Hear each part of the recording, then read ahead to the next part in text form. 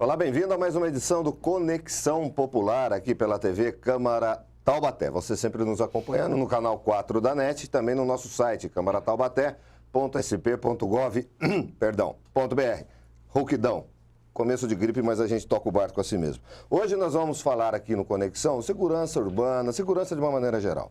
E temos o prazer também de receber, junto a esse tema, o promotor de justiça criminal, Dr. Paulo de Palma. Prazer recebê-lo mais uma vez aqui na bancada da TV Câmara. Obrigado, agradeço a oportunidade. Também Luiz Carlos Batista, assessor de imprensa da Câmara de Taubaté, sempre conosco aqui no Conexão Popular. Doutor, para começar, vamos de forma didática esclarecer para os nossos telespectadores quais são as atribuições da Promotoria de Justiça Criminal, né? O que cabe na sua função de uma forma geral no que diz respeito à segurança?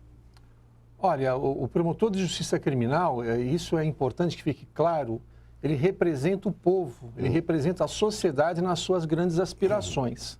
Então, o nosso papel, em síntese, é levar ao Estado juiz, levar ao juiz de direito as acusações que são feitas contra as pessoas no que tange à área criminal. As acusações de crimes são levadas ao juiz pelos promotores criminais. Certo. Que, para tanto, se utilizam dos trabalhos dos delegados de polícia. Tá. Então, nos atores que nós temos no processo penal, como nós falamos, nós temos o delegado de polícia, que faz a apuração inicial. Essa apuração ela é levada ao promotor de justiça, que, por sua vez, dá a essa apuração uma conceituação jurídica e leva ao juiz. Né? Mas o interessante é que, como nós, embora nós representemos o povo, nós nem sempre levamos as acusações. Se o promotor entender que o acusado é inocente, ele é o primeiro a se manifestar pela absolvição. Aqui no Brasil, ao contrário do que ocorre em outros países, como nos Estados Unidos da América, por exemplo, nós somos promotores de justiça, nós não somos promotores públicos. Então, o nosso compromisso é com o império da lei, é com o império da Constituição, e com a nossa consciência. E num sistema baseado no contraditório, seria isso? Totalmente. Ao contraditório e ampla defesa, nós temos o promotor de justiça representando o povo, nós temos o advogado representando os interesses do acusado e temos o juiz que vai realizar o julgamento, né? Vai fazer a verificação de quem, afinal, tem ou não razão. Muito bom. Luiz. Doutor, o senhor falou que vocês são promotores de justiça. Isso. A expressão, o cargo promotor público não existe mais, então? Não existe. Na nossa origem surgiu a conceituação promotor público. Sim. Né? Tal qual ocorre... Mas deve ser coisa de 20 anos no máximo, é coisa recente. Sim, Mas nós nunca fomos, em verdade, promotores públicos. Nós sempre fomos promotores de justiça.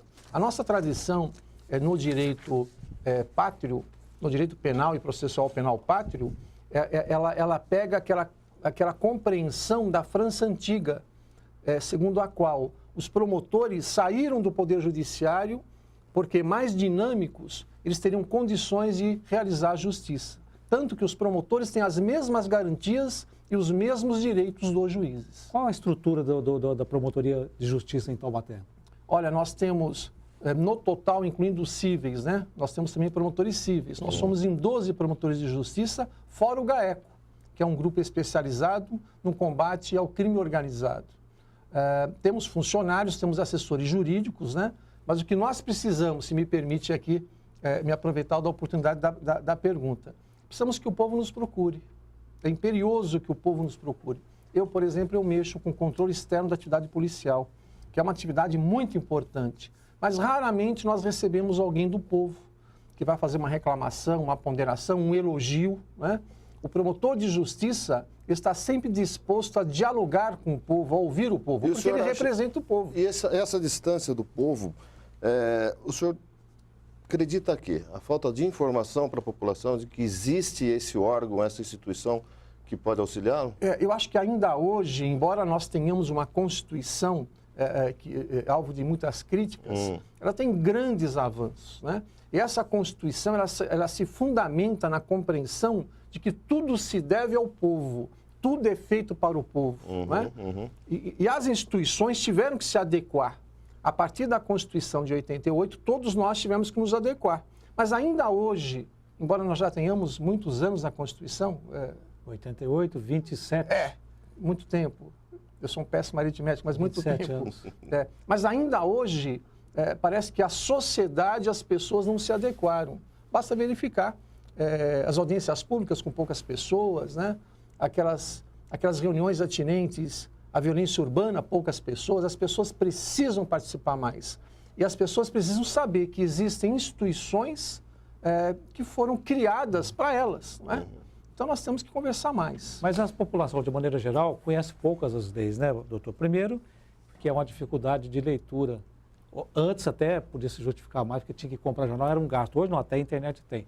Mas só para terminar essa estrutura do que eu quero conhecer, e essa finalidade do programa, né, mostrar para o nosso telespectador como funciona a promotoria, entre esses 12, existe um chefe, ou dois chefes, civil e criminal separado, como é que é? Na verdade, o promotor de justiça, ele não tem, no que tange a sua convicção, um chefe, um superior. Porque o juiz tem o diretor do fórum, né? Isso, mas que não chega a ser um superior, né? Sim. O diretor, ele organiza administrativamente. Sim. Nós também temos, tanto na área criminal quanto na área civil, nós temos aqueles que organizam administrativamente as promotorias. Eu quero falar de estrutura. O Tribunal de Justiça, doutor, criou o DECRINS. Eu queria saber qual a função desse departamento De execuções criminais. E o porquê da sede ser em São José, se o complexo penitenciário que nós estamos está aqui, entre Taubaté e Tremembé. Queria que o senhor falasse a respeito disso, se isso acrescenta, se isso prejudica o andamento do processo. Olha, respeitando sempre a posição do Tribunal de Justiça, por meio do seu presidente, de todos os juízes, né? Porque de fato e de efeito é preciso respeitar, né? São competentes, inteligentes. Mas o que se verifica na nossa região é que Taubaté, Tremembé, Pindamonhangaba e Aparecida amargaram grandes prejuízos com a criação desse departamento. Por quê? O tribunal, por meio de lei aprovada por nossos parlamentares estaduais... Na Assembleia aprovou. Na Assembleia, é tudo lícito, claro, óbvio, não podia ser de outra forma. Mas eles criaram a sede de execuções criminais em São José dos Campos. Com isso, eles esqueceram que, tradicionalmente, a sede ficava aqui em Taubaté.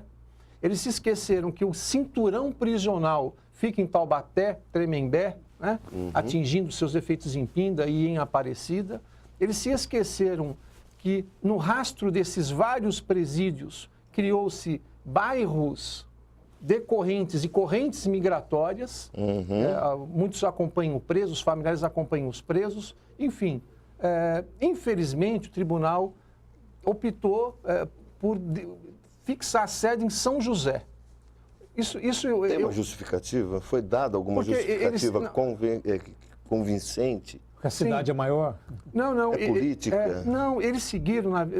Que bom que não há política, mas eles seguiram a divisão administrativa deles. Do Estado, que já existe. Já existe, Então, eles criaram lá. Para nós, promotores, a nossa divisão administrativa coloca Taubaté como centro do Vale. Sim. Para nós é Taubaté. Certo. Né? Enfim, foi criado, os trabalhos começaram lá. Estima-se que entre 2 e 5 anos, as duas varas de execuções criminais de Taubaté estarão extintas, né? Porque todos os processos que passarão a ser digitalizados irão para o DECRINS São José. Teve uma possibilidade, inclusive, da vara de execução criminal de Taubaté também passar para São José um tempo atrás, não teve isso? Surgiu também. Então, nós vemos que nós estamos passando por uma fase de se repensar a justiça, né? Mas veja, com relação ao DECRINS, se me permite, o Ministério Público, com sabedoria, pensa em mitigar os efeitos dessa decisão que nos parece equivocada. O que pensa fazer o Ministério Público? Porque nós não temos vinculação, né? O Ministério Público é uma instituição, o Poder Judiciário é outra. O Procurador-Geral de Justiça, que é o chefe administrativo do Ministério Público, ele pensa em vincular os promotores às unidades prisionais. Dessa forma, para os advogados, os familiares, os próprios presos, bastaria procurar o promotor de justiça ou os promotores, somos 2 atualmente que atuam com execuções, aqui em Taubaté, né? Embora os processos, de fato, passem a correr em São José. Mas como os processos serão digitais, eu acho que essa alternativa proposta pelo Ministério Público, talvez, como eu disse, atenue os efeitos dessa decisão. Mas foi uma pena que isso tenha ocorrido, né? Na época, nós, inclusive, obtivemos o apoio da Câmara de Vereadores de Taubaté, de outros políticos, de alguns parlamentares estaduais, mas nós não conseguimos, infelizmente, deter esse avanço do Poder Judiciário. Muito bom. Vamos a um rápido intervalo? Voltamos na sequência com o doutor Paulo de Palma aqui no Conexão Popular. É rapidinho, voltamos em instantes.